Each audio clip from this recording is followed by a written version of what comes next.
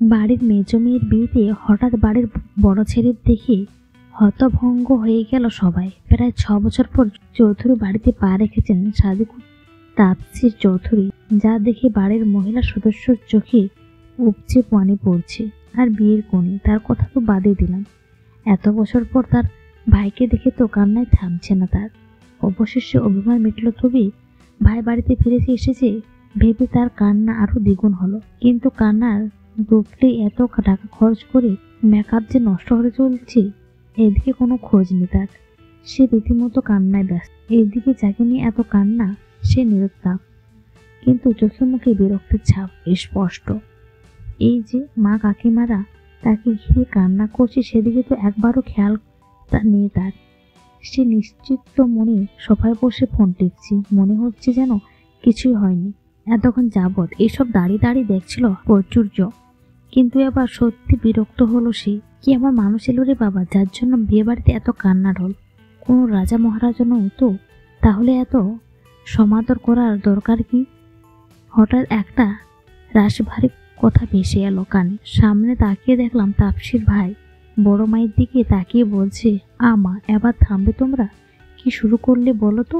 এসে ধরে কাঁদিয়ে যাচ্ছ, এবার তো একটু থামো, না হলে এই মুহূর্তে আমি আবার ব্যাক করবো কানাডা। কথাটা তো কাজ হলো বোধ হয়, কারণ নারী সদস্যদের কান্না থেমে গেছে হঠাৎ করে। মনে মনে খুশি হয়ে ধন্যবাদ জানালাম তাপসীর ভাইকে। বেশ সুষ্ঠু ও সুন্দরভাবে সম্পূর্ণ হলো বাড়ির বড় মেয়ে রাদিয়া চৌধুরীর বিয়েটা।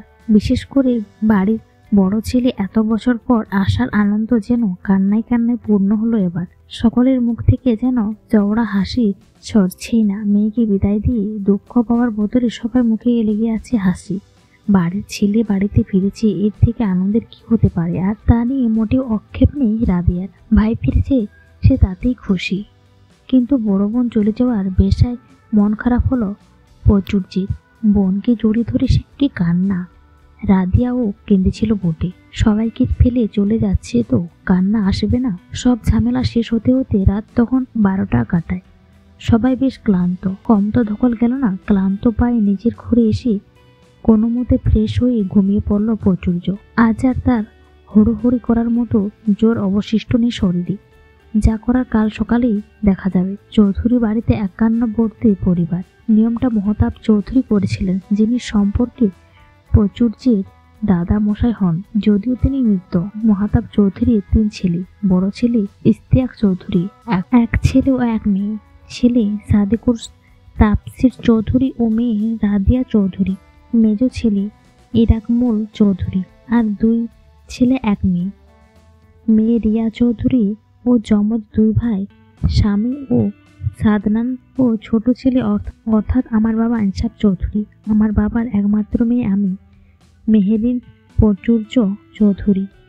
যখন আমার বয়স 12 তখন কোনো কারণ বশত তাপসীর ভাই ডাক করিয়ে কানাডা চলে যায়।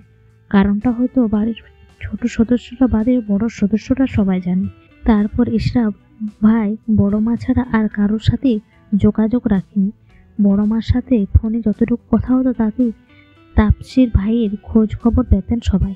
ইশরাফ ভাই এতদিন যাবৎ যেখানেই পড়াশোনা করতেন, তবে তার পড়াশোনার পাঠ চুকে গেছে খানিক বছর আগে। শুনেছি সেখানে কোনো একটা চাকরি করতেন। সকালে ঘুম ভাঙলো আমার। তখন সকাল গড়িয়ে প্রায় দুপুর হওয়ার পথে। দাঁত ব্রাশ করতে করতে বালকনিতে এসে দাঁড়ায়। এটা অবশ্য আমার নিত্যদিনের কাজ। সকালে এসে বালকনিতে লাগানো প্রিয় ফুল গাছগুলোতে চোখ না বোলালে ভালো লাগে না আমার। হঠাৎ পাশের বালকনি থেকে থাই গ্লাস সরানোর শব্দে পা ফিরিয়ে তাকালাম। অমনি উদাম গায়ে বের হলেন তাপসীর ভাই, যা দেখে আমার চোখ বড় বড় হয়ে গেল। হঠাৎ খেয়াল করলাম উনি ভুরু কুচকে আমার দিকে তাকিয়ে আছে।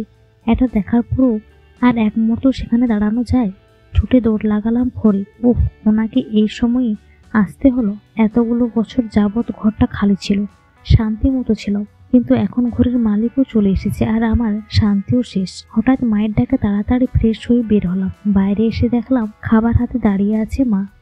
বলি, এত বেলা করে কোন মেয়ে ঘুম থেকে উঠে শুনি? খাওয়া দাওয়ার প্রতিও কোনো নজর নেই তোর? আমি আর কতদিন খেয়াল রাখবো? আজ বিয়ে দিলে কাল হয়ে যাবে বাচ্চার মা, আর সেই মেয়েকে এখনও কিনা গালে তুলে খাইয়ে দিতে হয়।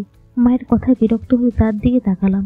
এই নতুন কিছু নয়, প্রতিদিন সকালে এসব কথা শুনতে শুনতে অভ্যন্ত আমি। মায়ের দিকে তাকিয়ে করুণ কণ্ঠে বললাম, মা এমন করছো কেন? একটু খাইয়ে দিলে কি হয়? আর এত বেলা করে উঠেছি তো মাত্র আজকেই। তারপর থেকে তো আবার সেই নিত্যদিনের মতো সকালে উঠে কলেজে দৌড়তে হবে। হয়েছে, থাক, এত সেন্টিমেন্টাল হতে হবে না। আজ খাইয়ে দিই, ওদিকে আবার অনেক কাজ আছে। এত বছর পর ছেলেটা বাড়ি ফিরল, একটু আয়োজন না করলে হয় নাকি? তার উপর আবার মেহমান। হ্যাঁ, যাও যাও, তোমার আদরের ছেলে বাড়িতে ফিরেছে, এখন তাকে যত্ন করতে করো। আমরা তো আর কেউ না, এক চোট মারবো, বেয়াদব নেই। এইসব কথা বাড়ির কেউ শুনলে কি মনে করবে? আর সোনার টুকরো ছেলে আমাদের, ওর যত্ন অতি করবো নাকি তোর করবো? সারাদিন শুধু ছোটাছুটি করিস।